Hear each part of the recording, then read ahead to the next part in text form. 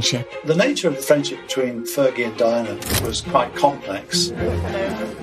Of two women who became the strongest of friends and allies. I don't think you can underestimate how close they were. But who were also rivals, plagued by insecurity and doubt. I remember Diana saying to me, well, you don't need me anymore, you've got Fergie now.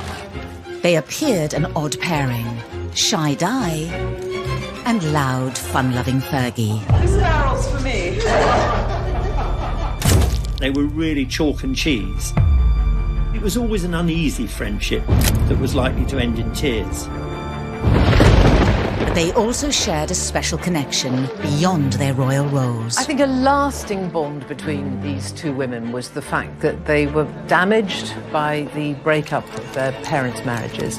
Tonight, we ask what brought Fergie and Diana together. Diana had an agenda here. She wanted to see one of her close friends marry into the royal family. What kept them close? She had quite a set too with Princess Anne, who was complaining about something that Fergie had done, and Diana stood up for her and said her piece. And what drove a wedge between them? Diana would be quite emotionally cruel. And if someone upset her, she'd just cut them off. Royal insiders reveal how, in good times and bad, they stood side by side. They were both plotting to leave their husbands. The world didn't know, the media didn't know. She wanted to give Diana the courage to break loose as well, which is why she would say, you jump and I'll jump too. And how the friendship finally faltered. Diana was absolutely furious. If that's how she wants to behave, and if she wants to go on television and talk about me, she's not going to be spoken to ever again by me. Ending in tragedy and regret. And on the night that Diana died, Fergie was in Italy and called her, and of course she didn't answer. This is the story of Fergie and Diana, the royal wives at war.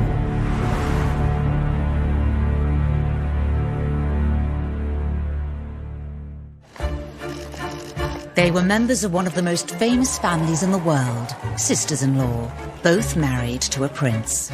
But the unique friendship between Princess Diana and Sarah Ferguson began long before they became royals.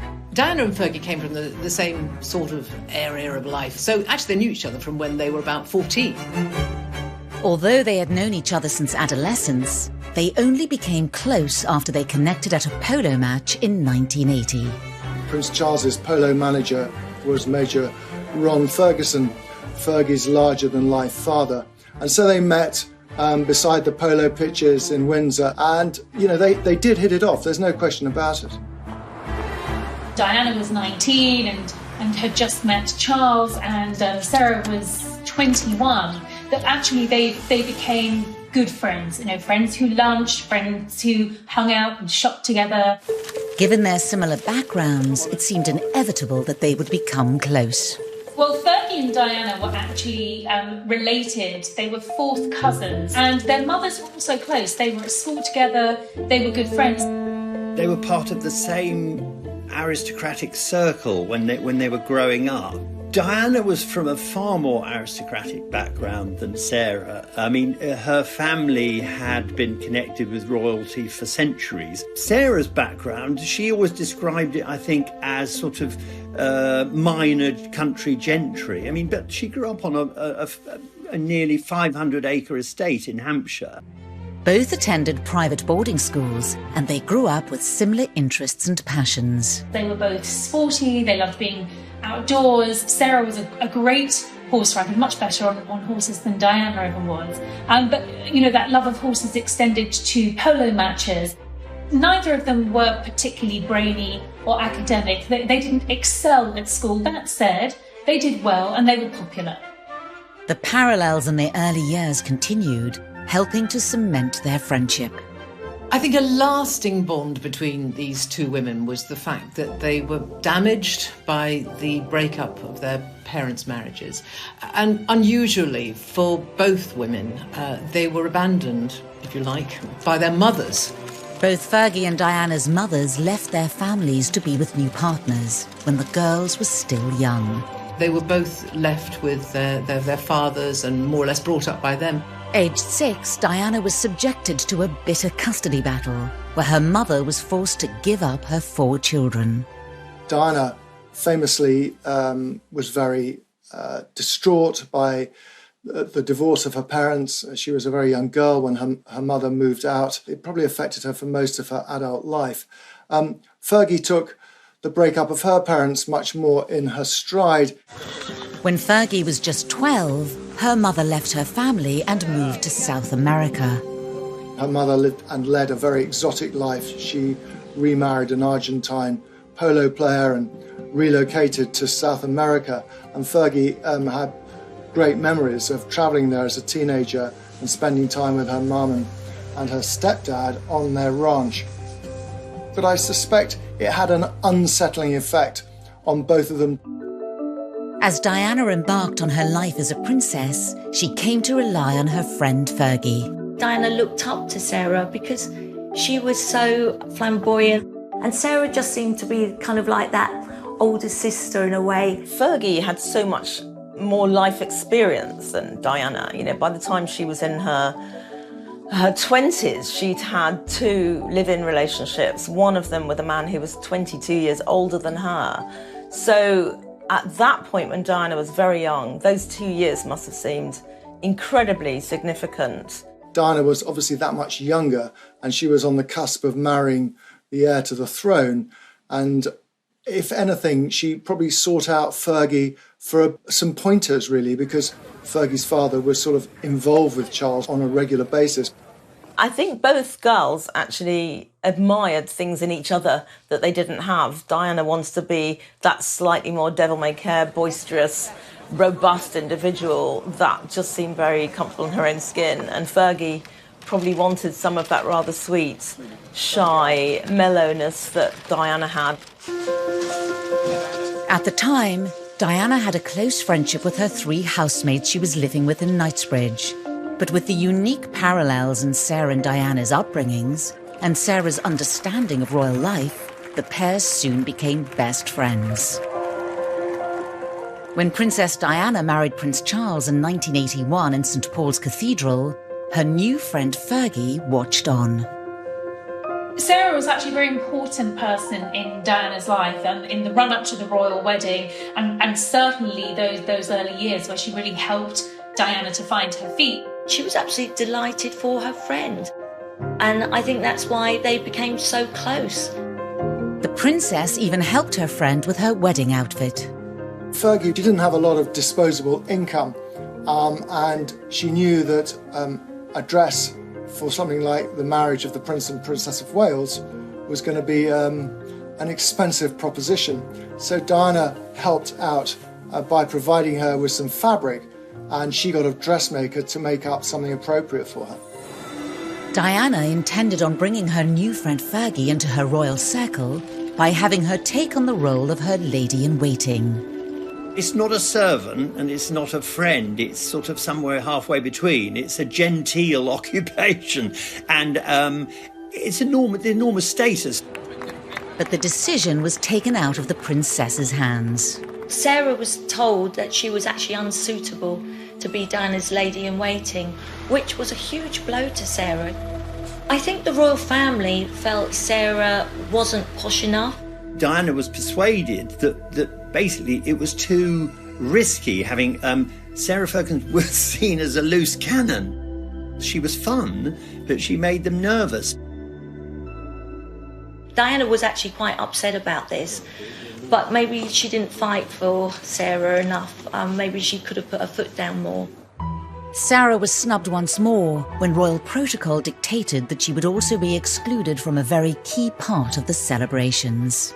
I think she was astonished to discover that she wasn't being invited to the wedding breakfast, the sort of the aristocratic version of the traditional reception. We know Fergie, who wrote an autobiography, how she felt really quite worthless and unfit as a person, that she wasn't invited. I don't know whether ever Diana realised how hurt actually Sarah was about this. The 2 young women didn't let the palace rules get in the way of their relationship. After the wedding, the friendship continued to grow. At just 20 years old, Diana was daunted by the pressures of royal life. How do you see your role developing as Princess of Wales? But my life will be a great challenge. Next, as Diana embarked upon her new role as future queen, she needed Sarah more than ever. But what lengths would she go to keep her friend in her new royal circle? Diana had an agenda here. She wanted to see one of her close friends marry into the royal family. She also wanted a confidant and a best friend inside the palace.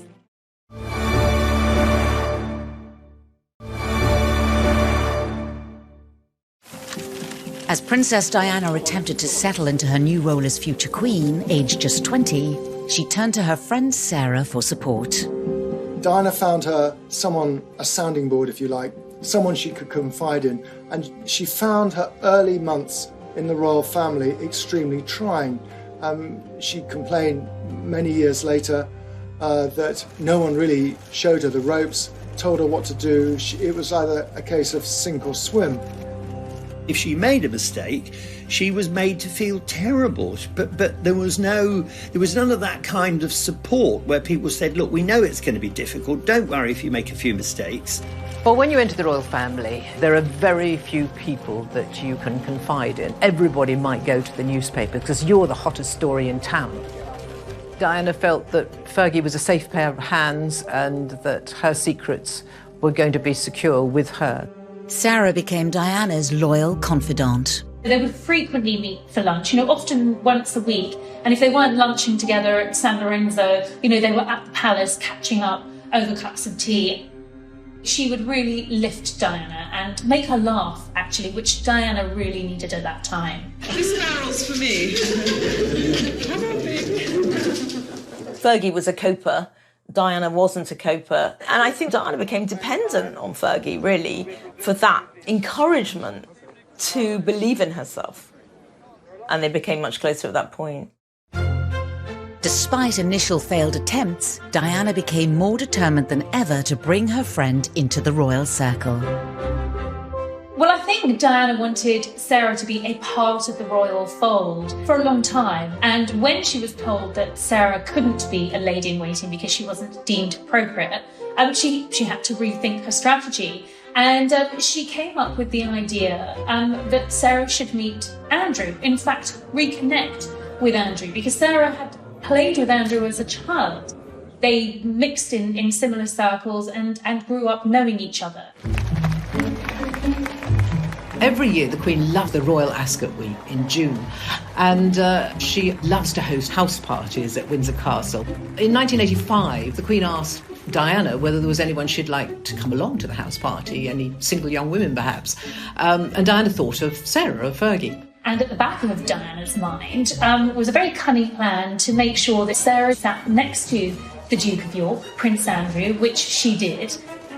By the time pudding was served, Andrew was sort of being familiar enough with this very bubbly, red-headed girl next to him to start feeding her pudding. We were made to sit next door to each other at lunch at Ascot.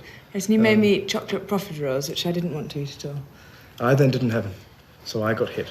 Then Very it started hard. from there. I think that's probably where it... I was meant to be on a diet. Andrew soon asked Diana if he could bring Fergie to stay at Diana and Charles's country house, where the pair became much closer. Andrew and Fergie could really be themselves and spend time together without the glare of the press and anyone knowing. Princess Diana had a soft spot for Prince Andrew. As kids, she used to send him valentines because they lived nearby to Sandringham. She saw a lonely young man who needed a girlfriend. Diana had an agenda here.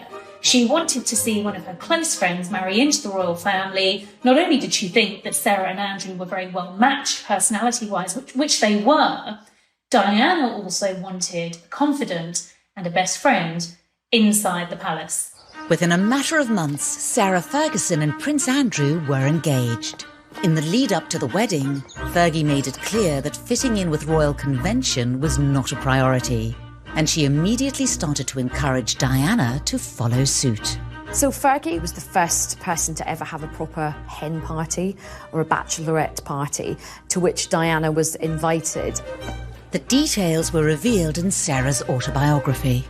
They had a lot of fun. They dressed up as policewomen and they caused a bit of a scene at the palace. Now, these two apparently got put into a police van where the policeman recognised Diana and said, "Oh my goodness, I'm so sorry," and they all fell in fits of laughter. And I think Diana had the devilment, but Sarah was game to do it. Prince Andrew was celebrating his stag party on the same evening, with friends including Sir Elton John. The girls decided to drop in. Diana and Fergie gate crashed into Annabelle's nightclub where Andrew was there.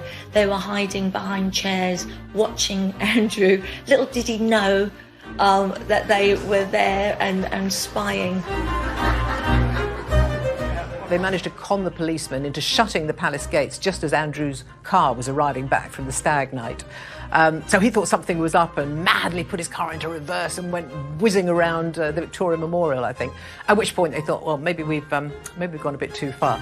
Sarah's entry into the family had instantly livened up Diana's royal world. For Diana, this was sort of manna from heaven. This was, a whole new world of sort of spiritual freedom in a way.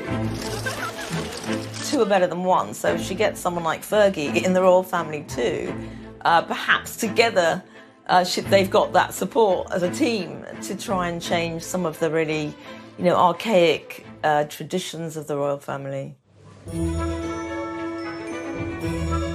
On the 23rd of July, Sarah and Prince Andrew were married, just 6 months after becoming engaged. Sarah's wedding day was in great contrast to her friend Diana's, and the differences in their characters were clear for the world to see. Fergie looks like she was born to this wedding. Giggling, looked like she was having fun. I think there was some giant teddy bear even that she went off with in the carriage when she went to her honeymoon. Diana and Charles, very, very formal affair, lots of sort of sidelong glances from Diana, real shyness. Diana's had a lot of heads of state and important people because it was the future king and queen who were marrying. With Fergie, it was that bit more relaxed. And you could see that even with the balcony scene where Prince Charles asks his mother, "May I?" when the crowd say, "Give her a kiss." Whereas Fergie's there with her hand cupped to her ears as they're roaring, "Give her a kiss."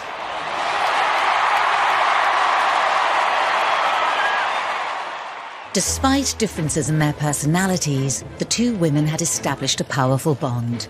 They were now not only best friends, but sisters-in-law, their lives intertwined more than ever.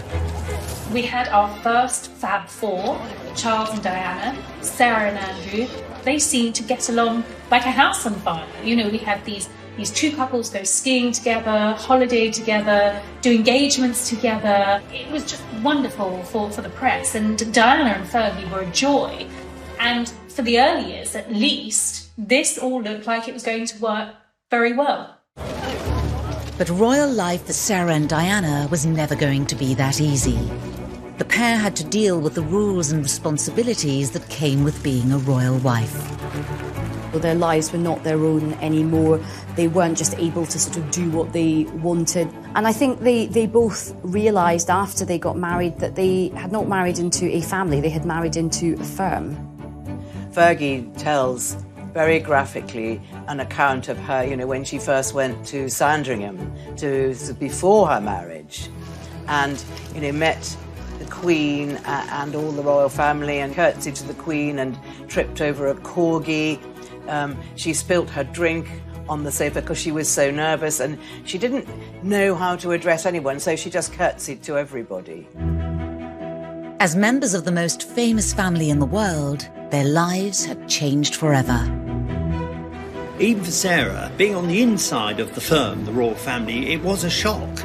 Someone would point out that, continually, "Oh, you mustn't do that, you mustn't wear that, you can't wear those clothes, you can't go to that event dressed like that." Also that, if someone else is leaving the palace for an event that day, Sarah couldn't leave before them. I mean, it was an absurd list of unwritten rules.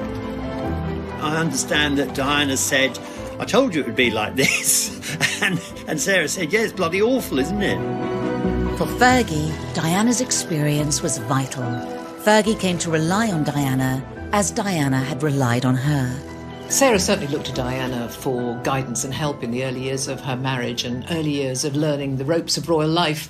I suspect that maybe Andrew was reasonably supportive, but essentially he was away because he was in the Navy, and for most of their marriage he was at home for only 40 days of the year. The princess quickly became the Duchess of York's guide. Diana helped Sarah deal with, you know, being at public events where you can't throw bread rolls around and shriek and get drunk. Don't say anything controversial and try not to flirt with all the men, which was very difficult for Sarah. Diana's kindness, wanting to repay Fergie for her support, really came shining through. Even before the Duchess had become royal, Diana had been there to support her, particularly during Fergie's first appearance with the royal family, which caused her great anxiety. Fergie asked Diana to come with her, and Diana gave Sarah all the right advice on how she should handle herself that day. She even provided her with an outfit to wear. Sarah famously said that at her first royal engagement, she sort of just looked on in befuddlement. You know, this was completely alien to her. And she looked over to Diana for some encouragement. And Diana said to her, just keep smiling. And, you know, that's what Sarah did. And it stood her in good stead. Fergie had been able to watch her friend blaze a trail before her, whether it was dealing with the press or the in-laws. Diana was very much the canary down the mineshaft when it came to learning the royal robes. But more than that, learning about royal fashion. And Sarah, she had to do that now. She had to be far more groomed, far more careful about what she wore. Sarah finally opened up about this in 1996 when promoting her autobiography on the radio. She was my friend, and she is my sister, and we are still sisters. I tried to emulate her and dress like her, but when you've got very little confidence, you sort of make a nonsense really of everything.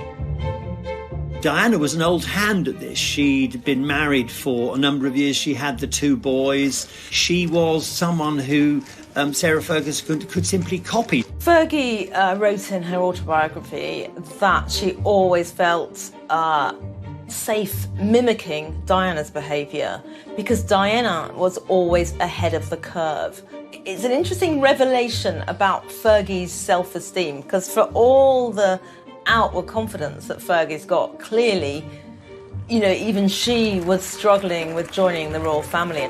In the early months of Fergie's royal life, Diana even defended her in front of important members of the royal family. Diana had quite a set too with Princess Anne, who was complaining about something that Fergie had done, and Diana stood up for her and said her piece. And it was rather brave of Diana. She more or less asked Anne, you've got to give her a break. And Fergie's good for the family, but she's finding it hard to adjust, just as I did.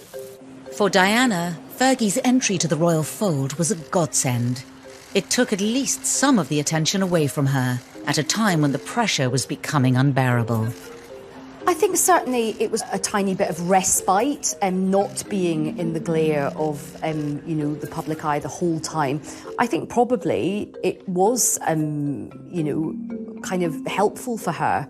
Sarah became a much-needed ally within the family. She strived, I think the words she used, to protect her as a sister and as a friend at all times. I mean, that was really important for Fergie to stop the firm getting at Diana. She really was very protective of her. She'd stick up for her. Diana knew that a lot of the royal family didn't like her. She felt picked on by some of the royal members. While Diana had a head start as a royal, Fergie had more life experience to draw from. Well, Fergie and Diana had very different entry points into the royal family. Fergie was a much more experienced woman. She had had a job in publishing. She had been very well travelled. So she just was more mature. She was more sure of herself. I think what Diana needed all the time was someone to reassure her, someone to say it's okay to question, to challenge what you're asked to do and how you're supposed to behave. It's your life as well. As both women attempted to navigate the mounting pressures of royal life and the difficulties in their relationships, they also looked for guidance from other sources. They both encouraged each other, really, to look for alternative therapies, to look for healers, to look for psychics, astrologers, people, really, they're looking for answers to questions about their future. Astrologer Debbie Frank was introduced to Diana in 1989 and soon became a close confidant. Diana would just call me as and when, which sometimes, particularly when we first met, was extremely frequently, sometimes, more than once a day. What I helped Diana with was basically managing her feelings and her difficulties. She would often want to discuss public events that she was attending, how they went, and then obviously her personal life, how things were between her and Prince Charles. Diana and I established a very long friendship over the years until her death. Both women bought into this in a big way, and sometimes Sarah would consult her astrologer 4 times a day. It just shows how much they needed an outside influence and support. I don't think either of these girls were getting much support from any of the royal family members. Next, it seemed Diana and Fergie would always depend upon each other, but insecurity and suspicion would drive a wedge between them. Diana would be quite emotionally cruel, and if someone upset her, she just cut them off.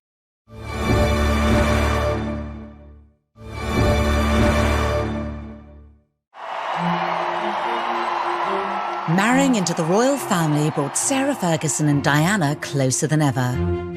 But the pressures of royal life would ultimately break their bond. The nature of the friendship between Fergie and Diana was quite complex, at times contradictory, great rivalry, but also intense confidence. They were really chalk and cheese, but it was that unique set of circumstances of being within royal circles and then in the royal family that made the friendship possible. But it was always an uneasy friendship that was likely to end in tears. By the mid-1980s, Diana had become a global icon, but was also plagued with her own insecurities and paranoia. Even though Diana was more used to mixing with royalty and aristocratic people, I still think it was easier for Fergie. Diana had said, I went to lunch at the palace and I was really, really nervous, but Fergie just seemed to take that lunch in her stride. Underneath it all, I suspect Fergie probably thought Diana was quite weak, that she needed her help. She was happy to offer it. All of a sudden, the focus of attention was on Sarah. Up till then, everyone wanted to know all about Diana, and although her star did not fade at this point greatly, nevertheless, Sarah was the new kid on the block. They called her a breath of fresh air. She loved all the things that they loved. She loved riding. She learnt to carriage drive with Prince Philip. She was a very proficient skier. She was a real country girl. She loved dogs and horses, so she fitted in really well. In the beginning, Diana was thrilled that Fergie had joined the firm. She had an ally at court, a friend, and quite frankly, many members of the royal family thought it would help bring Diana out of her shell. Fergie really threw herself into the family life. Often Diana would seem to be the moody one, and Fergie was the good, fun, frolicking girl who was a breath of fresh air in the family. Oh, blimey. After a rocky start, Sarah fully settled into royal life. The differences between the royal wives were stark, and the once close friendship showed signs of strain. Diana was aware that Sarah was a very skilled manipulator of people to some extent, because she famously said that Sarah had wooed the royal family and knew exactly what she was doing when she said certain things to certain members of the royal family. Diana was aware of the comparisons being made. She admitted that she got terribly jealous of Fergie. I think, you know, the Queen and Sarah seemed to have an easier rapport. Sarah made this foray into the royal family look easy when, as Diana said, she herself was struggling to survive. There was a point at which Charles said to Diana, "Why can't you be more Fergie?" Now, for someone whose self-esteem is already pretty low, who's feeling very vulnerable, that wasn't just a rebuke. That would have been one of the most cutting, hurtful remarks that her husband could have made to her. Diana did her best to be more fun like Fergie. One attempt at Ascot in 1987 was to backfire. There was one occasion at Royal Ascot which they spotted a friend of Fergie's in the crowd, and they were all carrying umbrellas, and they poked her bottom with this umbrella.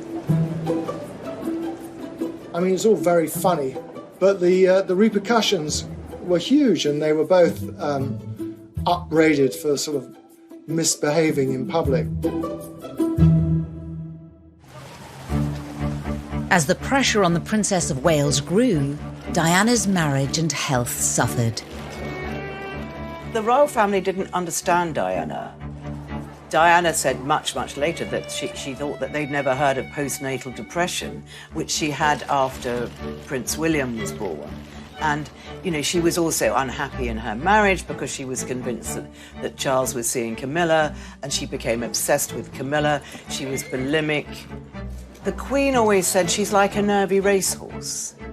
And she said, treat her with kid gloves. Later on, they blamed the failure of Diana's marriage on her bulimia, which wasn't really the case at all. So I think Diana was very much misunderstood. She was unsure of herself, and she was very emotional. And the royal family are not used to people who emote. You don't do that. You have a stiff upper lip. If you wish to cry, then go to your room kindly and do it there. But Diana wasn't that sort of person. She showed her emotion. She couldn't help it. But beneath the facades, both women were struggling with their royal lives. I don't think either of them quite realised how their lives were going to be ruled by courtiers, diary meetings, protocol, doing things correctly. Both were young women who'd been used to a certain amount of freedom. Fergie certainly used to a great deal of freedom. I think there were certainly times when Sarah just felt that she didn't measure up to her. She often compared herself to Diana, and I think there were times when she felt inadequate, whether it was that she wasn't as pretty as Diana, she wasn't as slim as Diana, she wasn't as loved as Diana. And as much as they were firm friends, there was a fair dose of royal rivalry between the two of them. Increasingly unhappy in her loveless marriage, Diana watched the loving marriage of her friend played out in the public arena.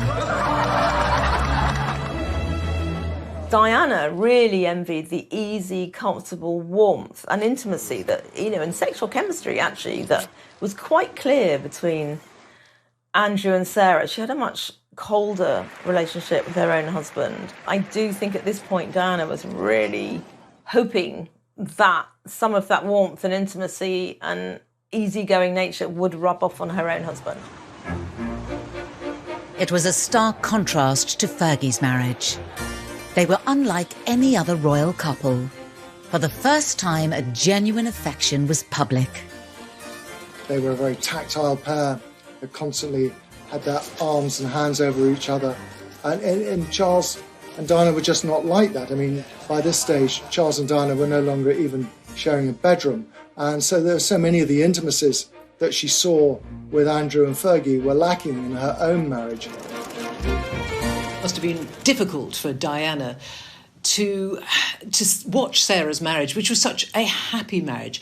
There was Diana trapped in a marriage which she felt was loveless after a while, and she knew there were three of them in the marriage, and Camilla was there. And then she would look at Sarah, and Sarah's husband adored her. Prince Andrew just adored the way Sarah was. He never would have said, you know, can't you be more like Diana?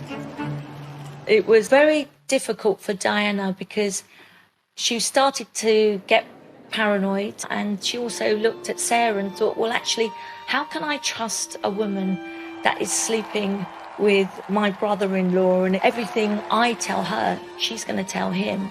And that paranoia, which happened a lot with Diana, with other people, had really set in. And she started just not being able to open up and trust Sarah anymore. The national Fergie mania was beginning to wear off, inside and outside of the royal family. It didn't take long before the honeymoon was wearing off, and people, rather tired of that exuberance that they'd once loved, it began to grate.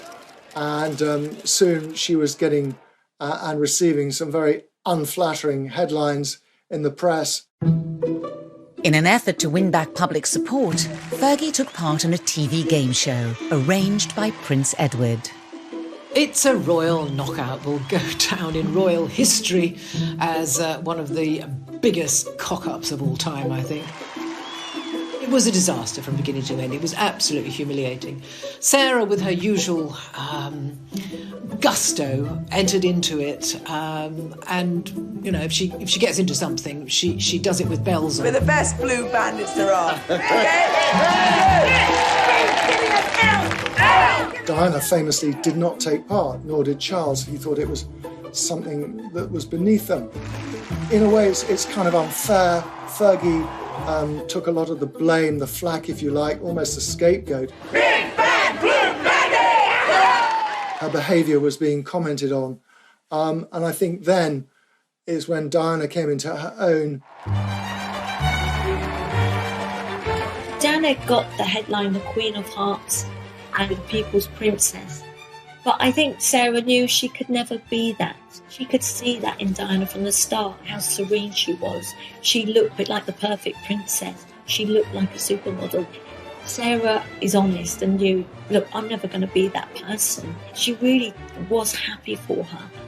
Sarah knew her downfalls, but knew what she was good at. Next. In public, Diana and Fergie's friendship was masking a private rivalry. But over time, each became skilled at using their public image to gain the advantage. Without that determination to keep it going, their friendship would have started to sort of collapse.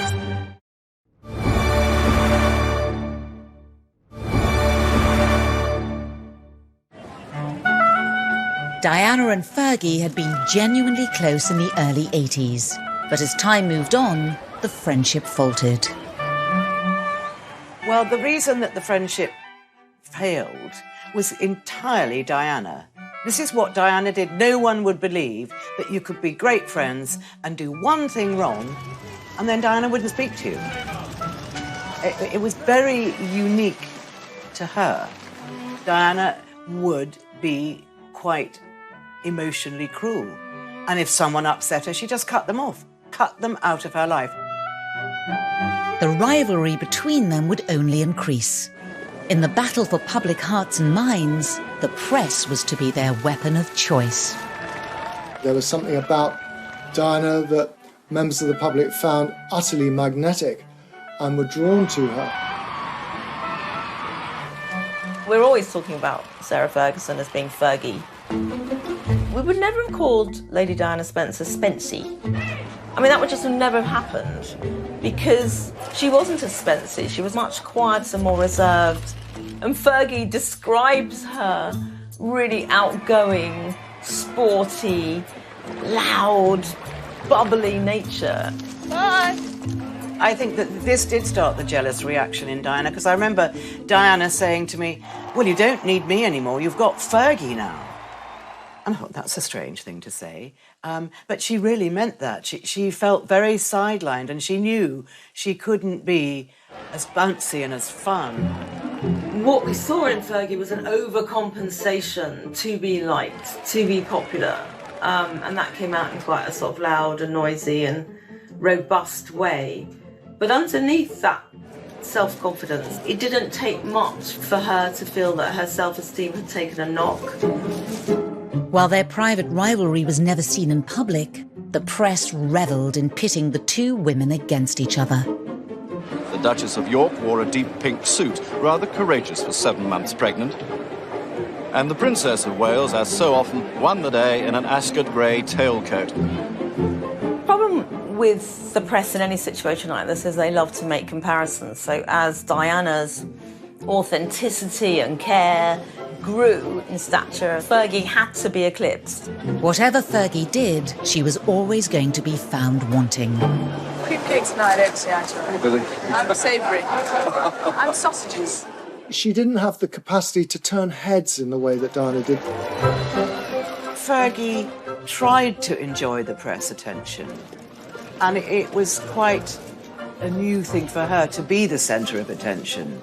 And she responded to it by overdressing and being over noisy and over enthusiastic.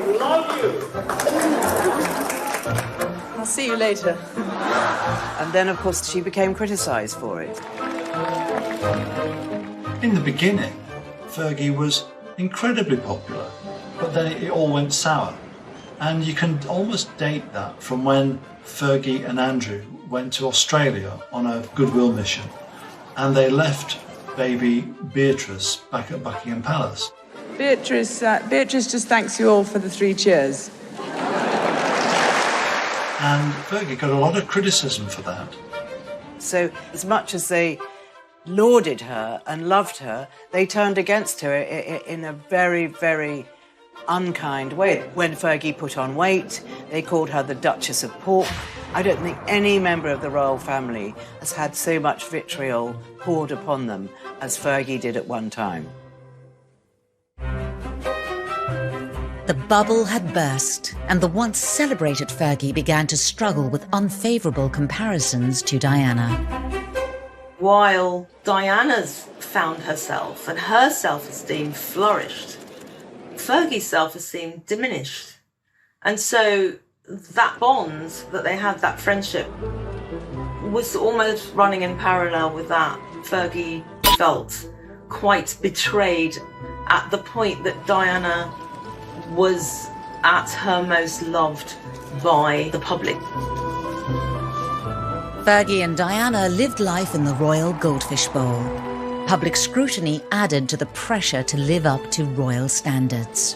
While there were challenges clearly for both women, and I think particularly being in the spotlight and having every aspect of their lives, from their hairstyles to their outfits to their friendships, scrutinised in the press, Sarah seemed to have a thicker skin when it came to dealing with the backlash in the media.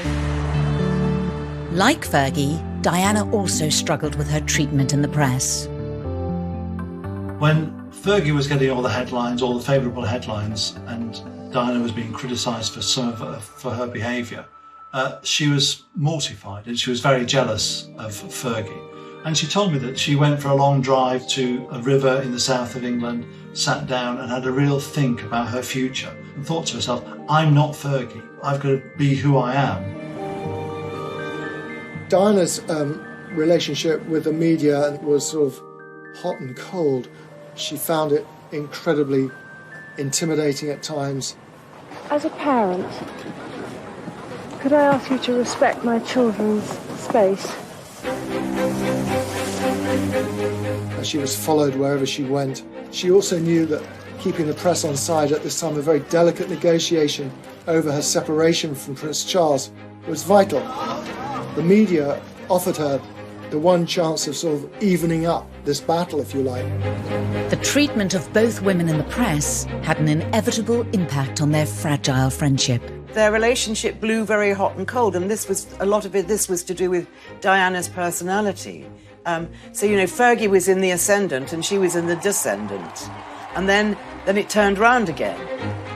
Fergie probably knew that, once people put you on a pedestal, there's only one way, and that's down.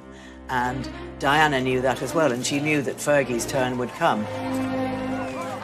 The story becomes that you've got this sort of beautiful princess, and you've got the sort of almost the ugly sister.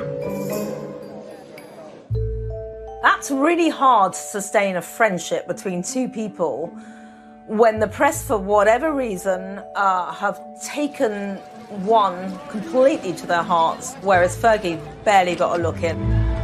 The tables had turned. It was a desperate time for Fergie. Her rival was once again the darling of the press, the most photographed woman in the world. All Fergie's demons came back to haunt her. Fergie has struggled with, I think it's probably self-respect, actually. I think when Fergie gets miserable, she'll probably comfort eat, she'll kind of become a bit reckless. The press will certainly say that she looked a mess, or she looked ridiculous, or that she didn't have any taste. The rivalry in private and in public was growing, and each would try to outcompete each other in the headlines. If Sarah was out on engagements on the same day as Diana, it was always going to be Diana who made the front pages of the newspapers the next day. And I think after a while that probably did begin to grate with Fergie, and certainly there were times when she felt, I can't even compete. Without that determination to keep it going, their friendship would have started to sort of collapse. The underbelly of it would just start to sink, and the connection between them would have started to break. Both girls were highly competitive, and that competition spilled over into newspapers and magazines. They were rivals to that extent, and they wanted to see their charities given more space than the others. Fergie says in her book that she actually did some AIDS charity work. It was for a friend and it was a one-off. But Diana was furious and she said, look, that's mine.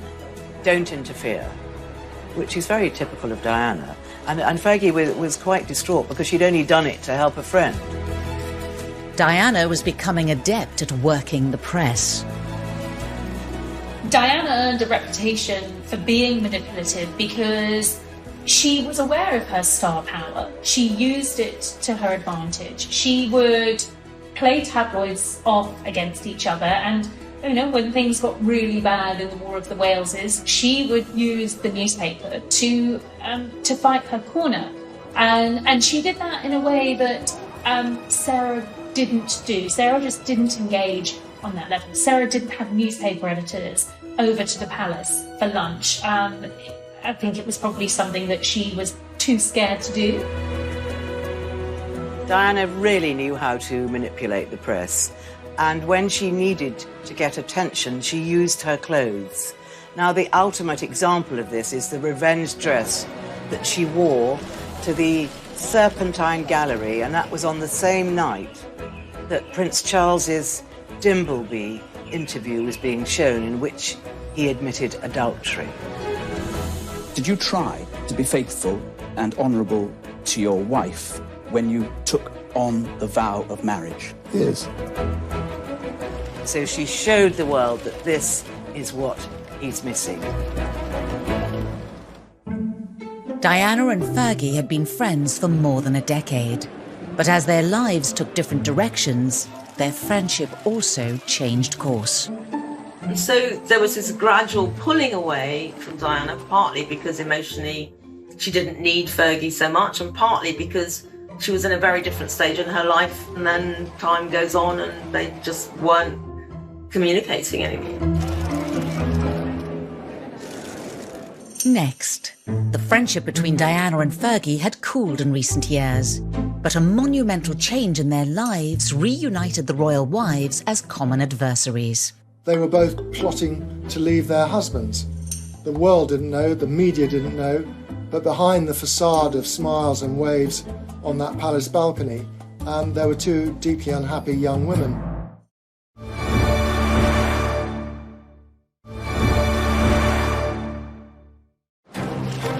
After a turbulent decade of friendship for the royal wives, the next chapter saw one final heartbreaking rift.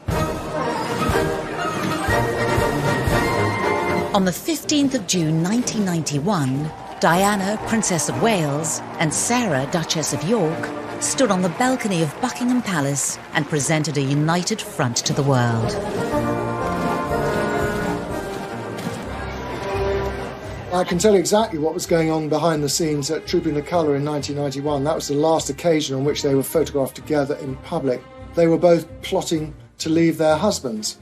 The world didn't know, the media didn't know, but behind the facade of smiles and waves on that palace balcony, there were two deeply unhappy young women. I think the two of them did discuss very openly the fact that they were unhappy, and they did discuss the idea of leaving the royal family, which of course is, at that point is just a really big line to cross. They'd actually come up with this scheme that they would go together. They would announce their separations simultaneously to set off this sort of depth charge, if you like, under the royal family. For now, mending any earlier rifts. Putting their plans into action wasn't going to be easy. To enter the royal family is hard enough. To leave the royal family, to jump out of that goldfish bowl, is quite something else. It obviously demanded a great deal of courage and planning, and I think they spent many a long night on the phone together with their long discussions late into the night about what should they do. Fergie was the one who was leading the way on this. She wanted to give Diana the courage to break loose as well, which is why she would say, "You jump and I'll jump too." Through their public engagements, it was becoming increasingly obvious to the world that the Wales's marriage was breaking down. We knew that Charles and Diana's marriage was a tough one and that they weren't happy. I mean, from the late 1980s onwards, newspapers were routinely recording the number of days, and these were growing year by year, exponentially. I mean, there were vast periods of time when they had virtually no contact with each other. At the Yorks family home of Sunninghill Park, it was a similar story. Andrew was at sea serving in the Royal Navy. It was reported they saw each other just 40 days in a year, leaving Fergie alone to do what she liked. The Yorks marriage began to unravel quickly. There were rumours that Fergie was seeing somebody else. The Duchess kept her head well down, ignoring all questions about the state of her marriage. Meanwhile, Diana was continuing to nurture her relationship with the press. I had, by this stage, become quite friendly with Princess Diana, and she contacted me and she sent me this message. And this was all to do with the devastating series of photographs which revealed that Sarah had been cheating on Prince Andrew. But why would Diana do this to her one-time closest friend? I think Diana was incredibly skilled. She really was like a one-girl PR band that knew absolutely how to handle the press and how to work it sometimes to her advantage. Diana's message to me was simply that she'd obviously heard that the photographs were coming. We all knew that these photographs were coming. It was one of the worst kept secrets in Fleet Street. What none of us knew, or the rivals to the paper that had them didn't know, was just what the photographs showed and how damaging and devastating they were going to prove to be. She knew, and I suspect she was going to take some kind of vicarious thrill from the embarrassment it was going to heap onto Fergie. In the end, after all this back and forth, Fergie jumped first. On the 19th of March 1992, the Duke and Duchess of York had initiated discussions for a formal separation. The Duchess was in apparently carefree mood as she collected Princess Beatrice from school just at the moment the official statement was being handed out at the palace. And the ordeal wasn't over yet for Fergie. I got a phone call from the BBC early in the morning. They were always coming through then. It was a very busy patch, my patch, of being royal correspondent. "Jen, we need you in the office. Not going to believe this one, but Fergie's been found having her toe sucked by her financial advisor in the south of France. Can you come in the office?" I thought, oh my goodness me, do I have to cover stories like this? But yes, I did, and yes, it was a very big story. On the 20th of August 1992, Fergie was at Balmoral for the annual summer holiday with her children and the rest of the royal family. There she was with all the members of the royal family, who traditionally have all the papers laid out at the breakfast table. The scene when she went into the dining room was horrific for her, because there were her brothers-in-law turning over the pages, staring at her naked top half of her body. It was excruciatingly embarrassing. She then went to the Queen, and the Queen was livid. She was absolutely furious with Sarah. After her toe-curlingly awkward morning at Balmoral, Fergie made her exit. Using one of the many side entrances to the royal estate, the Duchess drove at speed to the airport of Aberdeen to catch a scheduled flight to London.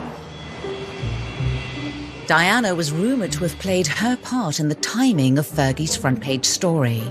But why? It's not the friendliest thing to do, but, you know, if she's desperate, maybe she thought that was a sacrifice worth making for her own sanity. But Diana's tactics to divert the media spotlight from her to friend Fergie was short-lived. Her own scandalous revelation was about to take the heat off Fergie. We got news that there was a tape recording of a conversation Diana had had with a man friend. If you want to be like me, you've got to suffer. A man called James Gilby was now being released to the papers. The so-called Squidgygate story had knocked Fergie off the front page. The telephone conversation allegedly involving the Princess of Wales is reported to have been taped on New Year's Eve, 6 days after these pictures were taken at Sandringham in 1989. And rocked the royal family once more. With scandals behind them both, the friends were now entering a new phase. On the 9th of December at 3:30 p.m, Prime Minister John Major announced in the House of Commons the separation of the Prince and Princess of Wales. This decision has been reached amicably, and they will both continue to participate fully in the upbringing of their children. Both royal marriages were over, but had Diana and Fergie's friendship survived? They really did share so much as royal wives, as royal mothers, through good times and bad times. Next, as the former sisters-in-law tried to rebuild their lives, Diana was absolutely furious about this. The bad times kept coming. If she wants to go on American television and talk about me and the fact that I'd given her verrucas. Diana did not see the funny side of it.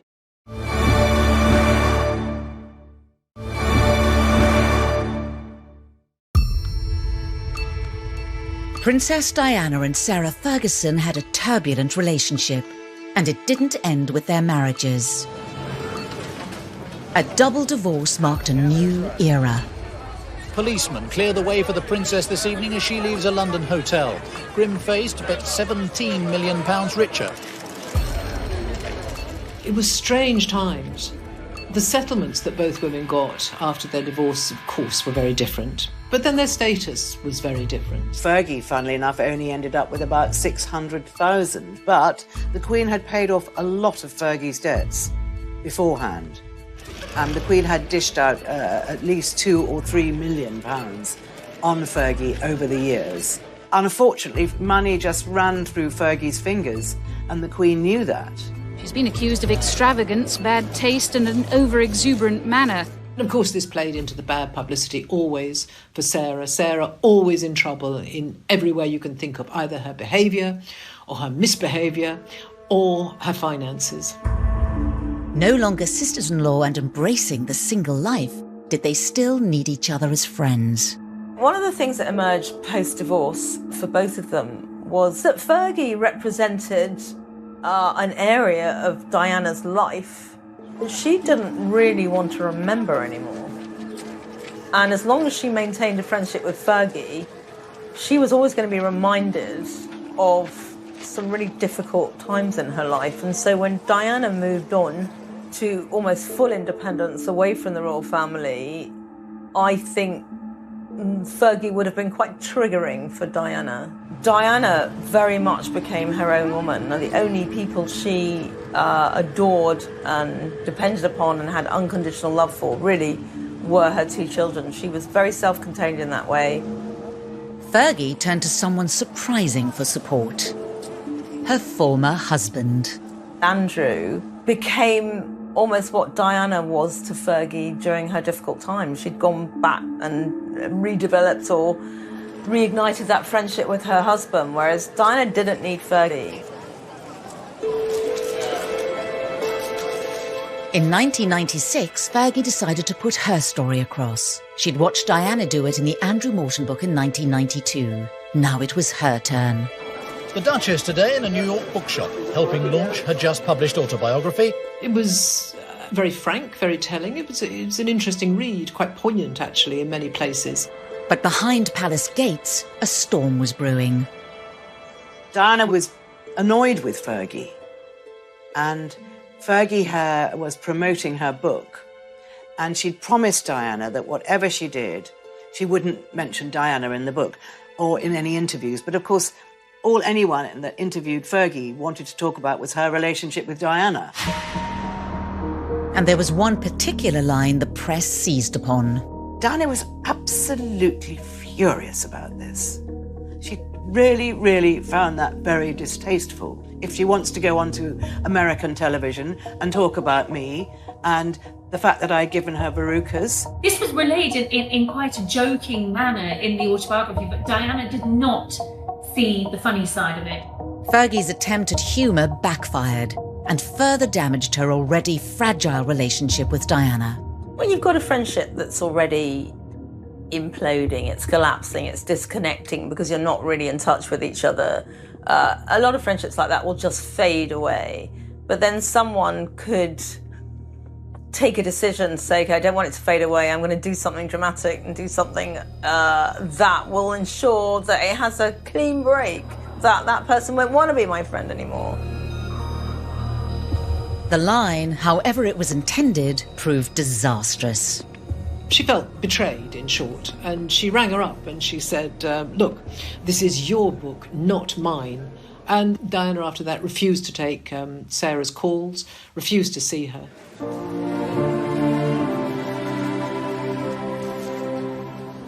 It was a massive overreaction from Diana, but it wasn't altogether surprising to me. I knew her very well at that stage. She felt she was juggling a new life. She was trying to find a way forward. She thought that they trusted one another, they had an agreement. They didn't tread on each other's toes, was how Diana put it to me. And here was Diana having her toes trodden on by Fergie with sort of outsized big boots on. Part of the complexity of Diana's personality was that she'd fall in and fall out with people all the time. Diana felt that Fergie had let her down and she could no longer be trusted. Months later, it's thought Diana did reach out via a mutual friend. She had asked someone, where's the redhead? Because she used to call her the redhead. So I think there was a glimmer of hope that perhaps the ice was thawing. But any hopes of reconciliation would never be realised.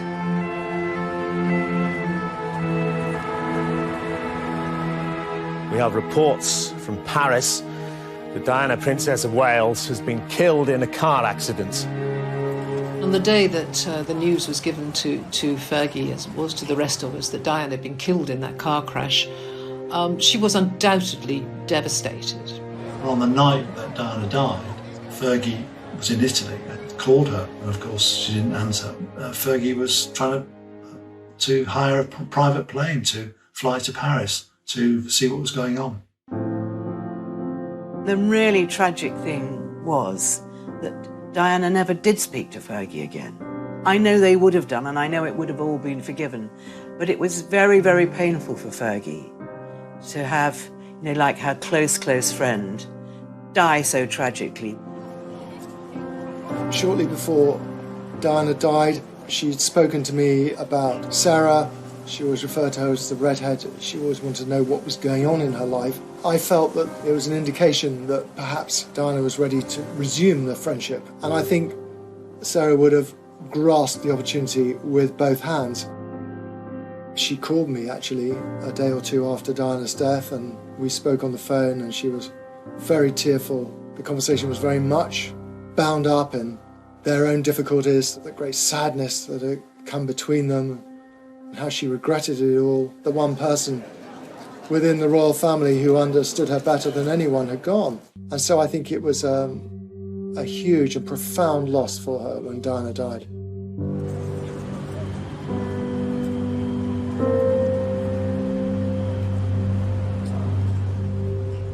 Diana's death sparked days of extraordinary public grief and brought to a tragic end one of the most compelling chapters in the history of the modern royal family.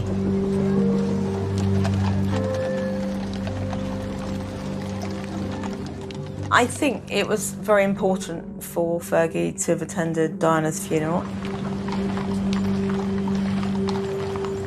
She would have felt so desperately sad for her boys, so desperately sad.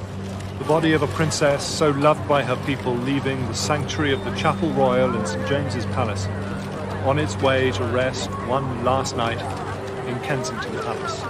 I think if Diana was around today, she and Sarah would definitely have gotten over Veruca-gate. And I think there would still be a firm friendship. You know, after all, they went through so much together. I don't think you can underestimate how close they were and how unique their lived experience had been. You know, they had shared something really, really unique and special and traumatic at the same time. Ultimately, these two women had shared an enormous amount together and a unique experience together. So few people know what it's like to marry into the royal family, to be transported from being an ordinary person to a princess or a duchess and all that goes with it.